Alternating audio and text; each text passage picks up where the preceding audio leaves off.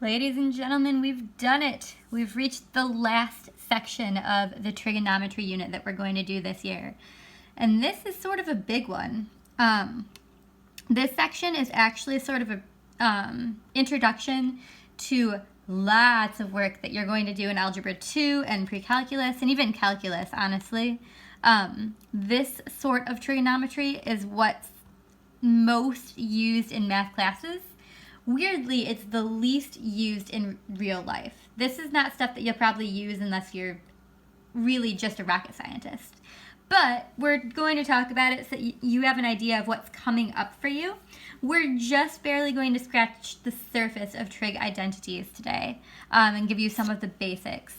But you do have to learn many more of these as you continue later on in math.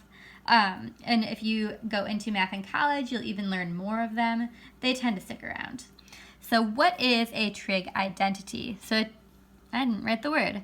Trig identity is the word we're describing here. Identity.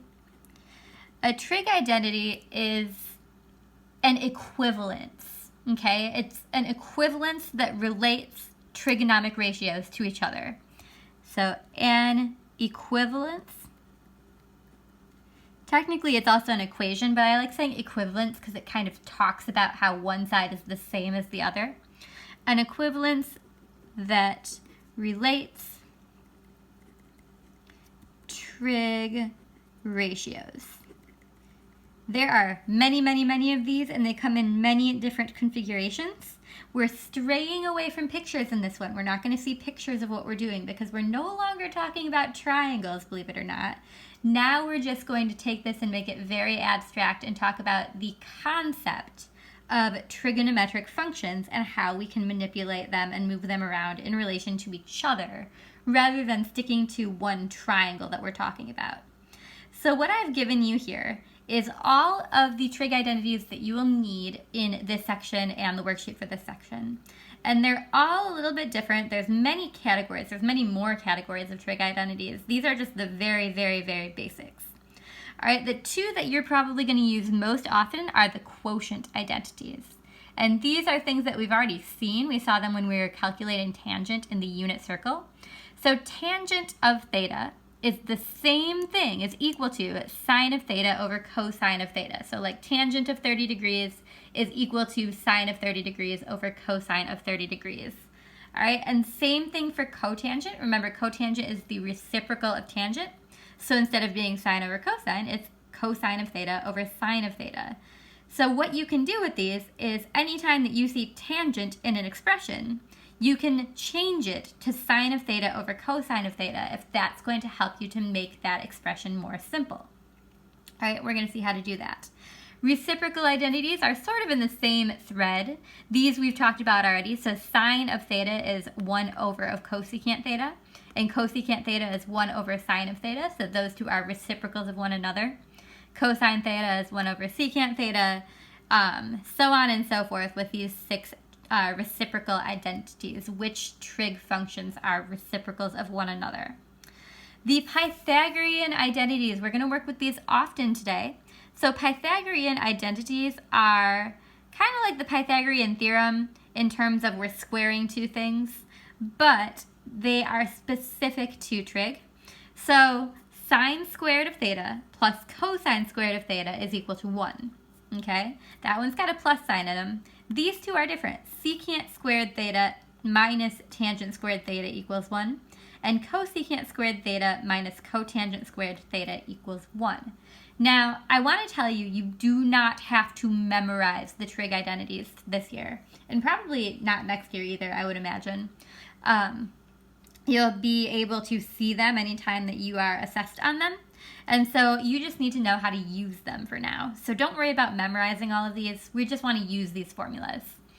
So for Pythagorean identities, what can happen is we can work with, if we have sine squared of theta, we can turn it into 1 minus cosine squared theta. If we subtract cosine squared theta from both sides, we would get sine squared theta equals 1 minus cosine squared theta. And now those two can be used interchangeably. So these are pretty flexible. We can move them around to what we need. And I do want to draw your attention to the fact that these are using these squared trig functions. This is an interesting way to write a squared trig function. I don't know why this is the concept or scheme that we use to write squared functions, but I want to tell you that sine squared theta is the same as saying sine of theta, that entire thing, squared. Those are the same quantity. So if you ever see sine squared theta and you want to change it to sine theta squared, you absolutely can do that. Same for tangent and secant. All of these, if they say squared, that just means that we're taking one trig ratio and squaring it. And this is going to be useful later on because we're going to need to use the idea of fractions being squared and terms being squared, and we need to know that this is equivalent to just saying it's one of our trig ratios squared. Right? The even odd identities I put on here, and then after I'm doing this example note section, I realized we don't need them. But the even odd identities just tell us that if we have the sine of negative theta, that negative can bounce over and become negative sine theta. But in cosine, if the cosine of negative theta is on the left, that's just a positive cosine theta. So these are just some things about negatives and positives. You can look them over. We won't need them today. So what we're going to be doing today is kind of interesting. I find that these are often like little puzzles. We want to turn these into puzzles as much as we can. Okay? So to simplify trigonometric identities, the goal for this, and this is something that students often struggle with. Don't worry if you are struggling with this too. I remember struggling with it when I was in high school. The goal is to rewrite each expression in terms of just one type of trig ratio. So simplifying trigonometric identities means rewriting them in terms of just one trigonometric ratio. So maybe just sine or just cosine or just cosecant, whatever it happens to be. So when we see two different trig ratios like here, we want to think, all right, how can we take tangent theta cosine theta, remember that's like tangent theta times cosine theta, and turn it into just one type of trig identity? So what I like to do is I like to look at both of these and compare them to my trig identity charts and say, can I turn tangent theta into anything? Is tangent of theta equivalent to anything? And I see here that tangent of theta is equivalent to sine of theta over cosine of theta. And I think, hey, I have a cosine of theta. Maybe that could help me. What else is tangent of theta equivalent to? And I look through and I'm like, well, it's not this one because that's tangent squared theta. Tangent of theta is also equal to 1 over cotangent of theta. So now I have to make a choice. Do I want to turn my tangent into sine theta over cosine, or do I want to turn it into 1 over cotangent? I decide that since I also have a cosine, it might be most helpful to turn it into something which also has a cosine in it. So I'm going to take tangent theta and turn it into sine theta over cosine of theta times cosine of theta. Now look what happens. Now I have a fraction multiplied by a fraction. Remember, cosine of theta is like cosine of theta over 1. And now I can cancel the cosine from the top and the bottom because I have one on the top and I have one on the bottom of those fractions that cancel out. And all I have left is sine of theta over 1, or just sine of theta.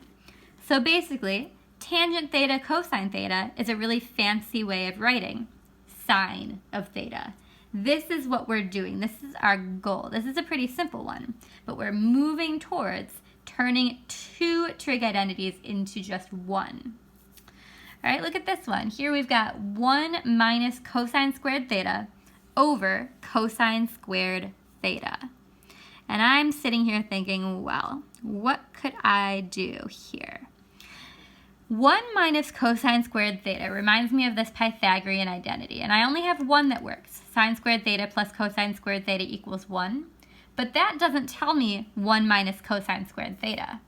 So I'm going to take this identity and I'm going to rewrite it and try and work with it here. So sine squared theta plus cosine squared theta equals 1. And I'm thinking to myself, how can I turn this into 1 minus cosine squared of theta? Oh, if I subtract cosine squared theta from each side of the equal sign, I have sine squared theta equals 1 minus cosine squared theta. All right? And this is where you almost have to do some guess and check, some different ways of trying to decide what order or what steps you're going to use to solve. What I'm going to do here is I'm going to change 1 minus cosine squared theta into sine squared theta, just because that makes it simpler. I have less terms going on, and I'm like, oh, we'll see where I can go from there. So I'm going to call this sine squared theta over cosine squared theta. And I say, well, where can I go from there? I only have one Pythagorean identity set with the squareds. And if I tried to turn sine squared into something, it would turn back into a two-term polynomial. If I tried to turn cosine squared into something, it would also turn into a two-term polynomial, and it would become less simple. But I also remember that sine squared theta is the same thing as saying the sine of theta squared. So I wonder if that could help me. I wonder if I could turn this into the sine of theta squared over the cosine of theta squared.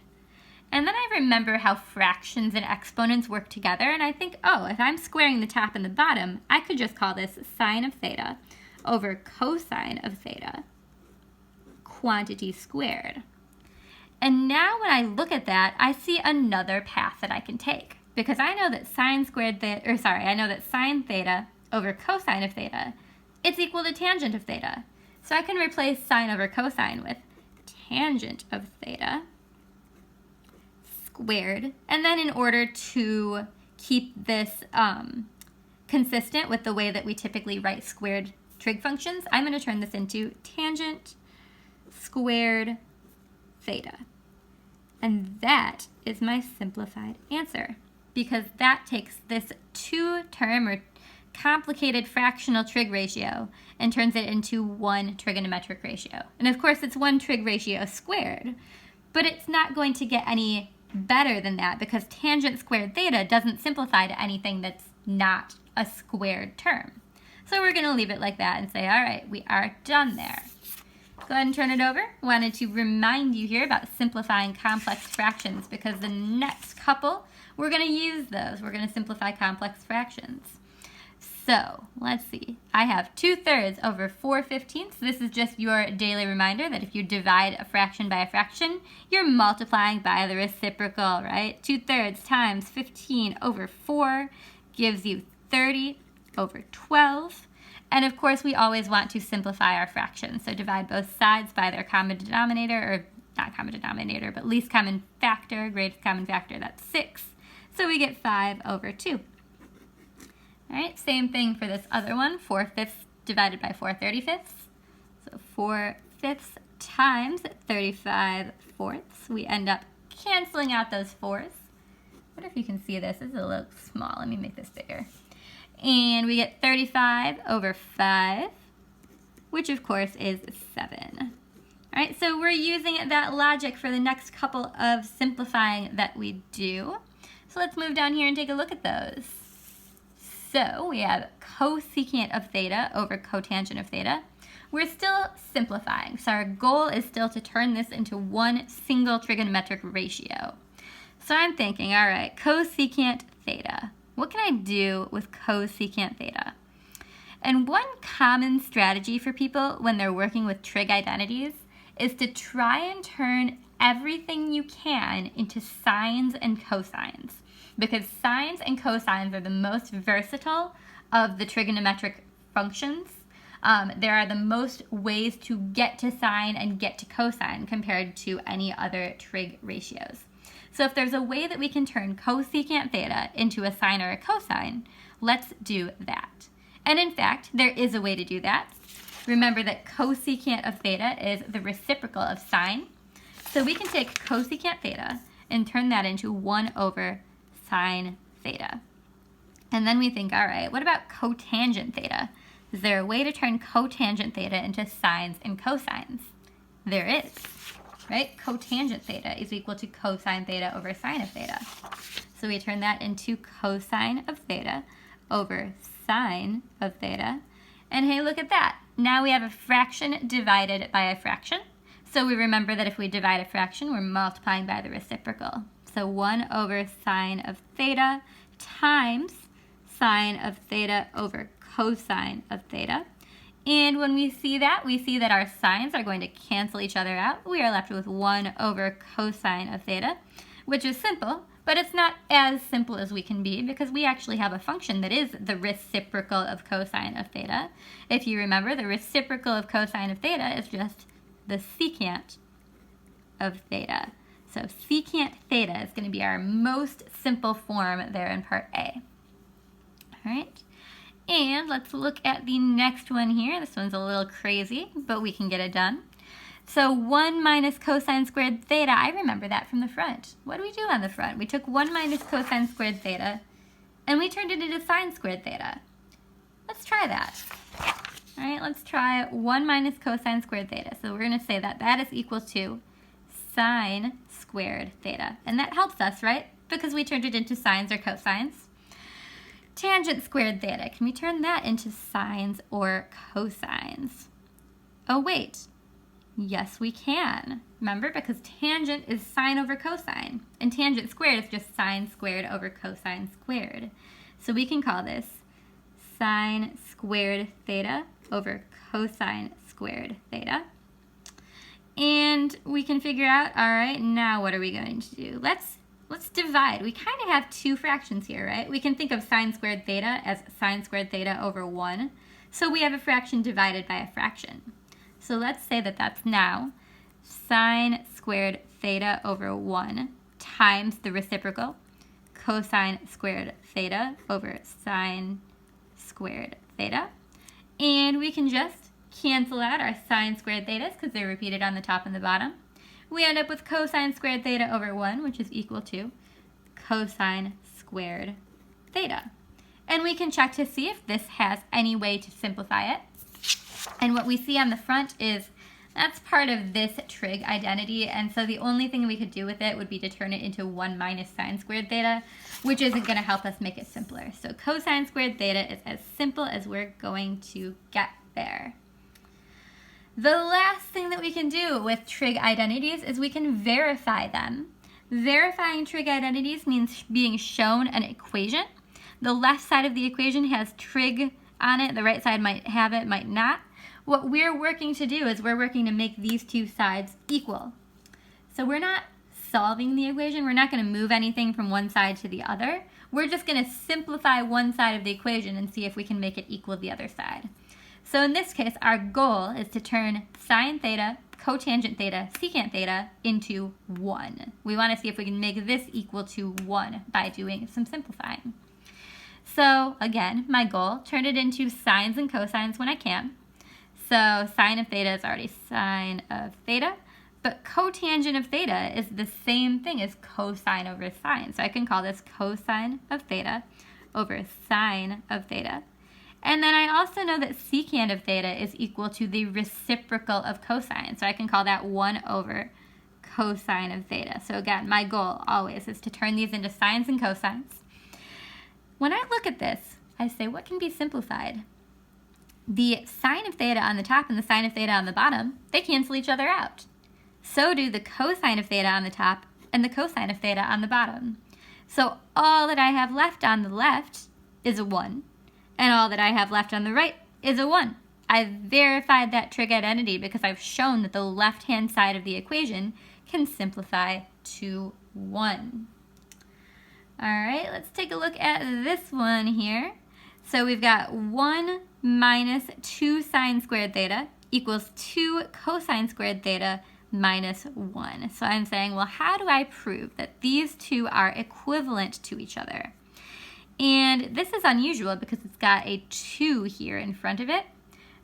We haven't seen that yet, but we're going to use our trig identities the same way that we always use any kind of algebraic construct. We can do algebra with our trig identities. We can factor our trig identities if we need to. Hint, hint for your homework. We can add them, subtract them, put coefficients in front of them, whatever we need to do. And so I'm thinking, all right, I have a sine squared theta and I have a cosine squared theta. And I know that there is a trig ratio that relates sine squared and cosine squared of theta, right? right here. So if I could take sine squared theta and turn it into a cosine, that would help me. And I'm looking here, and if I subtract cosine squared theta, so sine squared theta equals 1 minus cosine squared theta. So I'm actually going to do that right here. I'm going to say 1 minus 2. And instead of sine squared theta, I'm going to write 1 minus cosine squared theta equals 2 cosine squared theta minus 1. And I'm going to see if I can make this work. So I have a coefficient here I need to distribute in. So I've got 1 minus 2. Negative 2 times negative is going to be plus 2 cosine squared theta equals 2 cosine squared theta minus 1. And then I say, all right, what do I do now? Now, 1 minus 2 is negative 1. I can move this over here, combine these together, and I have 2 cosine squared theta minus 1, right? 1 minus 2 is the minus 1 here, equals 2 cosine squared theta minus 1. There it is. I've verified my trig ratio. You can also change both sides if you want to. You could have turned this side into something else instead, or changed both of the sides until you got like 1 equals 1 down here at the bottom, and that would also show that it is a equivalence or a trig identity that is verified. Or you can just try and make one side equal to the other, whichever seems easier for you. All right, and that is all I have for you today.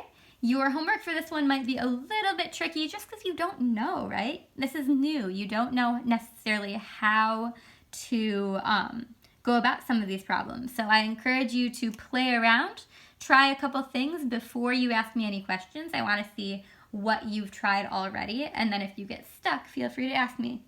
All right, have a great day. We are now done with trig. See you later.